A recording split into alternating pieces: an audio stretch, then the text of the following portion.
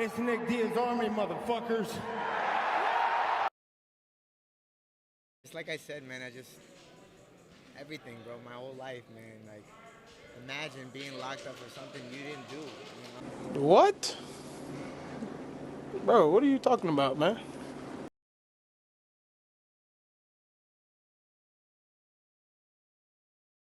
And something that just, you're there trying to fight for your life back, literally. Like, and you have so much shit holding inside, you know, like, you're dealing with assholes every day in jail, and you're just trying not to lose it, man, you know, because the whole system is designed for you to break. But I just try to remain the best that I could do. The state of Florida did a great job in keeping me disciplined, locking me up, you know, 24/7, not letting me out. So it was a release, man. It was a release just of the whole year, you know, of everything that I've been through, all the bullshit, all the ups, the downs, more downs than ups, but a lot more ups to come now, you know.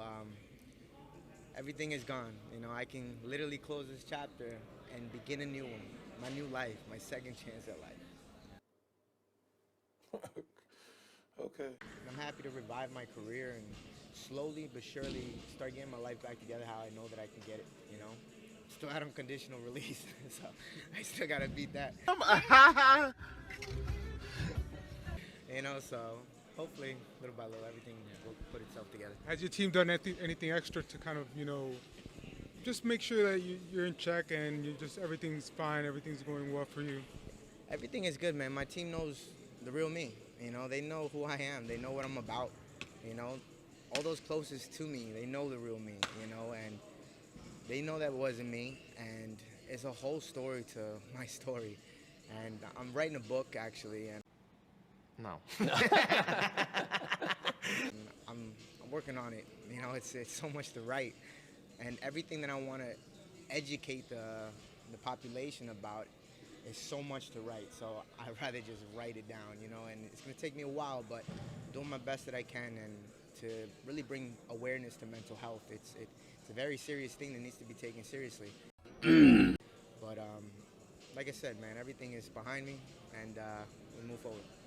And I know it's tough. I know it's a lot to sort of explain. But if you can just kind of give some insight to people as to like what kind of happened, because obviously this is something that doesn't happen to everyone, and you were obviously very passionate about making awareness for it, like going sort of insanity, right? Like, what sort of happened, and can you give us some insight into that? It's like I said, it's a lot to explain. The best way that I can break it down to you guys is like, I'm listening. there's two different worlds, right? And if we close one off and we open one, this is the one that we're in right now. What? We're having, all of us, a shared conscious experience. We are all having a shared conscious experience. We acknowledge one another. I know that you're all here and you all see that I'm here. So we're all having this conscious shared experience in the world, the real world. And eventually and inevitably, you're going to go to sleep at some point in your life. And when you go to sleep, this world closes and this world opens. And this is called your dream state. He's mad. He's mad. He's madder than Mad Jack McMad, the winner of last year's Mr. Madman competition. And this dream state is different for every individual because everything is perception of mind. It's very scientific. But basically what happened to me, and eventually you're still in the dream world, you're going to wake up, be back in conscious reality. Okay? This is a scientific fact. We all go through. We all need to sleep. So this is what happened to me. I went 1 day without sleep. No problem. People have done it before. I went 2 days without sleep. No problem. 3 days without sleep. 4 days without sleep. Look what's happening now to my shared conscious experience. You know? 5 days without sleep. Now look what's happening. It's opening. 6 days without sleep. They merge. And in this merged dual state reality, you cannot distinguish what is real and what is not real. And this is called a psychosis. And that is what I was in. I saw things, hallucinations. I didn't know at the time because I had no idea. I was just freaking out. And I'm a violent person by nature. If I feel threatened, I'm going to attack, you know? It's just my nature, you know? Fighter, yeah. I'm a fighter, yeah.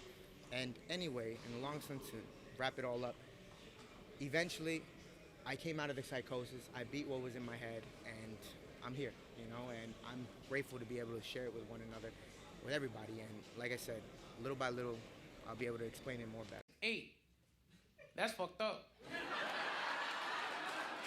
Can you explain? You said that you went 5 days without sleeping. 8. 8 days without sleeping. What happened there? Well, if you could explain, and how do you prevent that from happening again? Basically, you just gotta just go to sleep. Just tell your body you have to go to sleep. Mental health or somebody to? Oh yeah. I have a whole team and everything, you know, because they wanted me to. I'm doing everything I have to do, you know. I'm doing everything I have to do. I can't really talk about it too much, you know, because it's legal shit, you know. But I'm doing everything that I have to do. I have to take medication. I'm doing everything. I have to see my psychiatrist, whatever. But, you know, the no sleeping thing. After you go about 3 days, 4 days without sleep, you forget how to sleep. The body adjusts. The body always is adjusting, you know, because the mind is on autopilot. It's called auto-consciousness. It's crazy, you know, the whole thing. But once you learn about the mind, I read over 30 books, you know, in jail. And I had to learn about human consciousness. I had to learn about human emotions, human feelings, you know, like about quantum physics, quantum mechanics, like crazy shit. But I found my answer for my perception of what it was that I needed to do, you know, to get back here and live the best life that I could live. Because I heard him first. I said, hold on. I said, hold up. Wait a minute. Something ain't right. Is the road back to the UFC, or like what? Where are you at in your career? What are the goals? The UFC is inevitable, you know. That's something that I had since I was a little kid. I always wanted to be a UFC champion. I'm gonna be a UFC champion.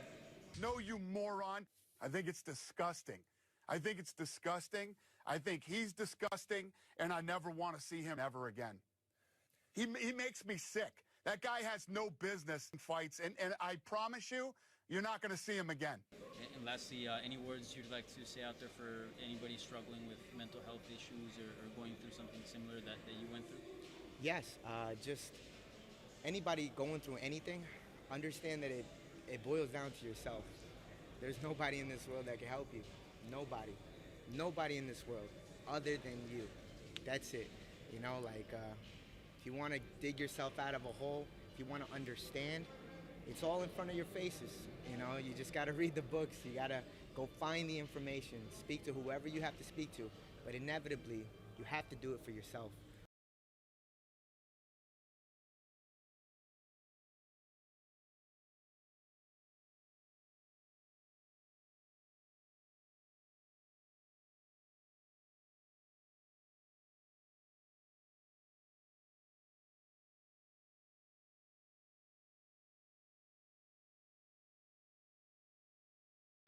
It's Nick Diaz's Army, motherfuckers.